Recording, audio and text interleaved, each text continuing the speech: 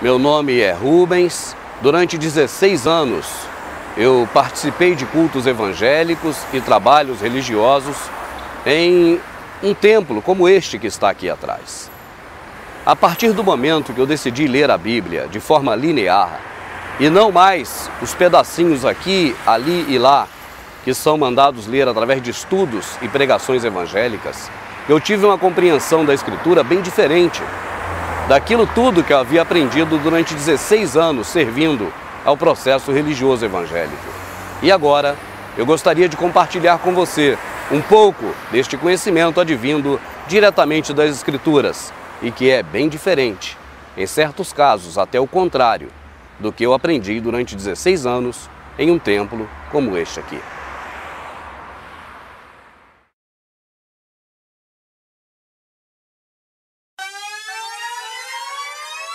Mais money, money, money.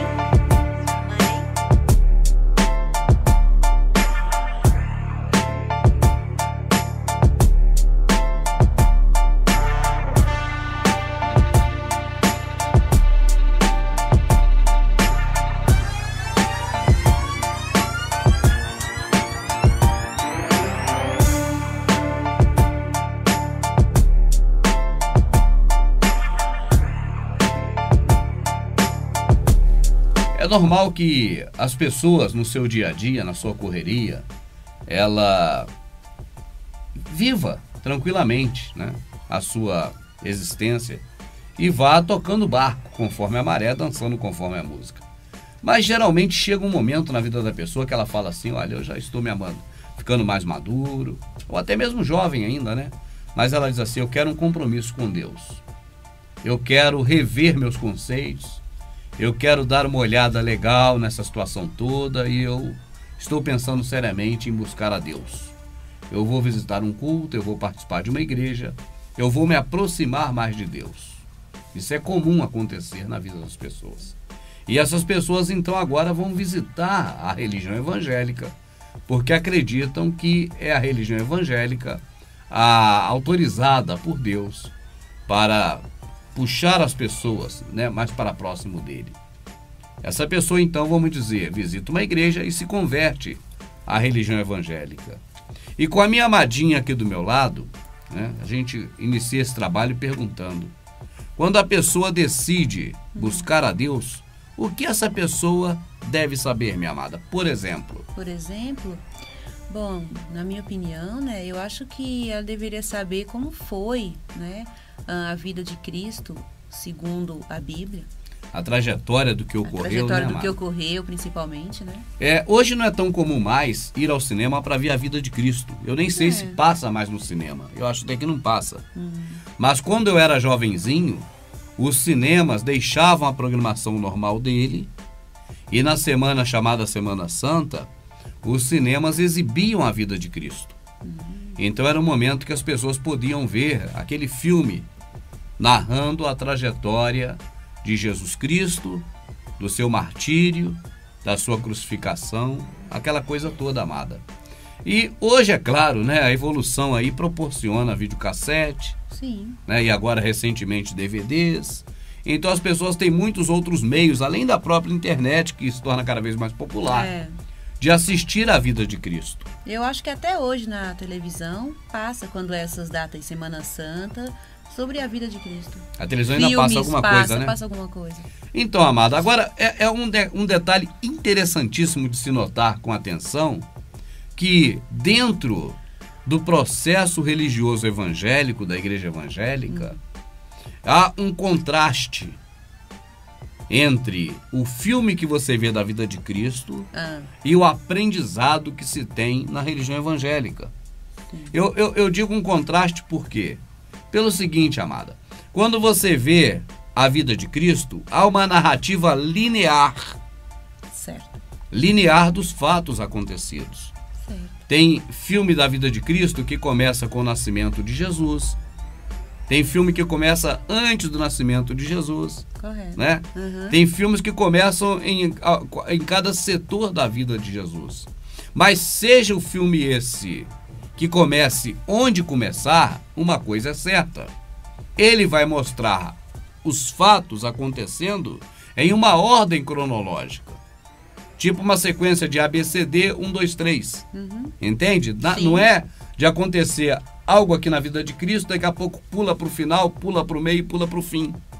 Essa experiência de conhecimento, amada, que se tem na vida de Cristo, que é apresentado nos filmes ou no cinema, dentro da religião evangélica, não espere, porque você nunca terá. Entende? A religião evangélica, nós pensamos aqui, antes de entrarmos nela, que o que nós vamos ver dentro da religião é algo totalmente compatível, por exemplo, com o filme A Vida de Cristo. Eu já não estou citando aqui a Bíblia. Pelo menos o filme. Porque no momento que você parte para o é bíblico, tudo se explica. Sim. Mas nada se justifica. Correto. A missão nossa nesse tipo de trabalho que a gente está fazendo, vamos dizer, nesta série de trabalhos, é mostrar justamente que a narrativa dos fatos através da Escritura, elas não são bem de acordo com o processo de aprendizado que nós temos dentro da religião evangélica, difere. Então, por isso, deste primeiro episódio, nesse primeiro estudo nosso, nós estamos aqui abordando justamente a vida de Cristo, não só em relação ao filme do cinema, seja ele qual for, o mais novo ou mais antigo, não é em relação especificamente ao filme do cinema, mas a vida realmente do Salvador. Como ocorreu a vida do Salvador de quando ele nasceu até quando ele morreu. É o tema dessa primeira oportunidade que estamos tendo dentro do aquilo que você deveria saber.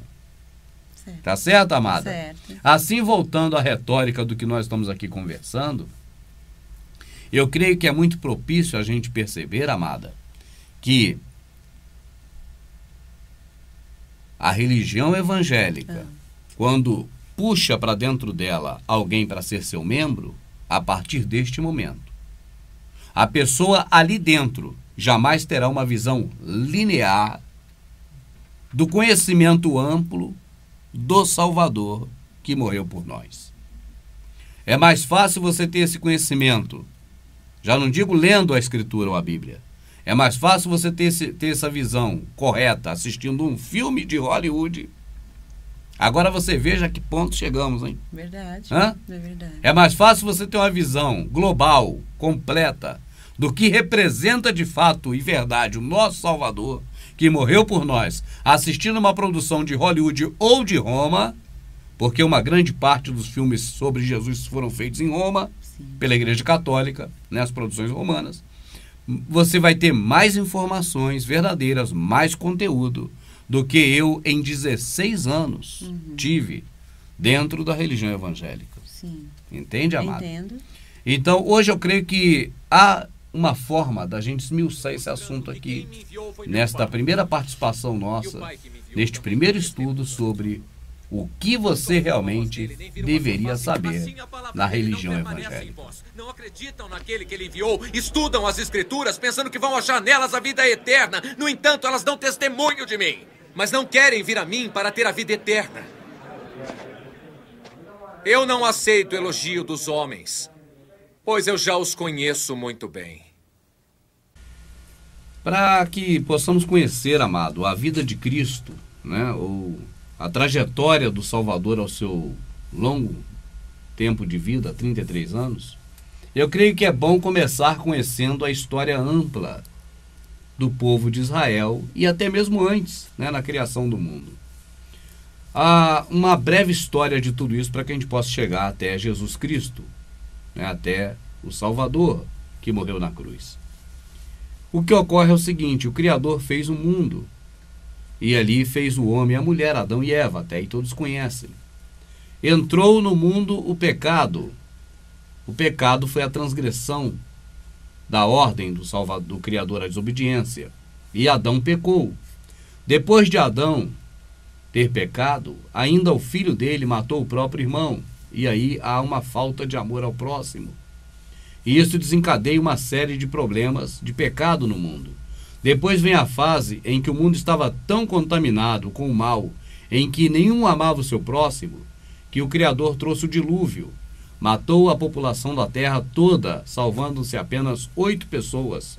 Das 8 pessoas que se salvaram, os filhos de Noé criaram cidades e grandes localidades. E havia uma região conhecida como Suméria ao longo da história, onde ali tinham os caldeus, chamado Ur dos Caldeus.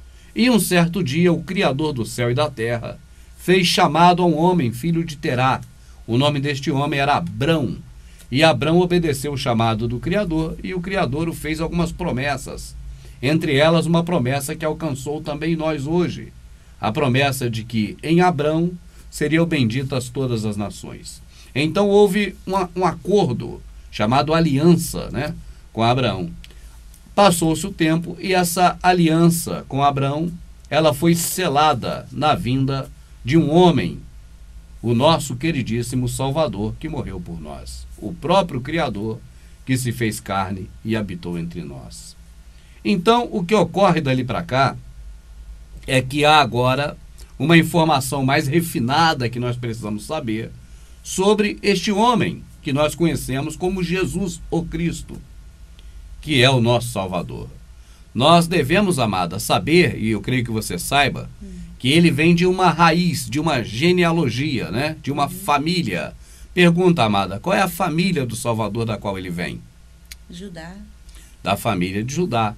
Que família de Judá é essa? Talvez as pessoas que estão no processo religioso protestante evangélico não saibam.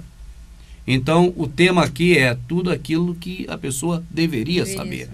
Porque aí ela consegue juntar os pontos e ter uma informação global da coisa. O que ela jamais vai obter dentro da religião evangélica. Certo. Eu digo isso por quê? Porque eu sou o cara e sou dono da verdade? Não. Porque eu estive 16 anos lá e não obtive. E não teria obtido se eu não passasse a ler a Bíblia. E quando eu passei a ler a Bíblia de forma linear, a primeira atitude que eu tive é sair de lá. Porque eu descobri que aquilo não era a vontade do nosso Pai. Né? E as pessoas podem também, por si próprias, analisar tudo e reter o que for bom. É verdade. Não é, amada? Com certeza. Então, tanto que existe um medo. Eu vou sair da igreja e vou fazer o que não devo. Peraí, nós não estamos falando hora nenhuma de largar os valores da obediência ao Criador. Verdade. Hora nenhuma falamos isso, né? Largar os valores da obediência ao Criador, você não deve fazer nunca. Nunca mesmo. E isso é uma coisa. O sistema religioso é outra coisa. Como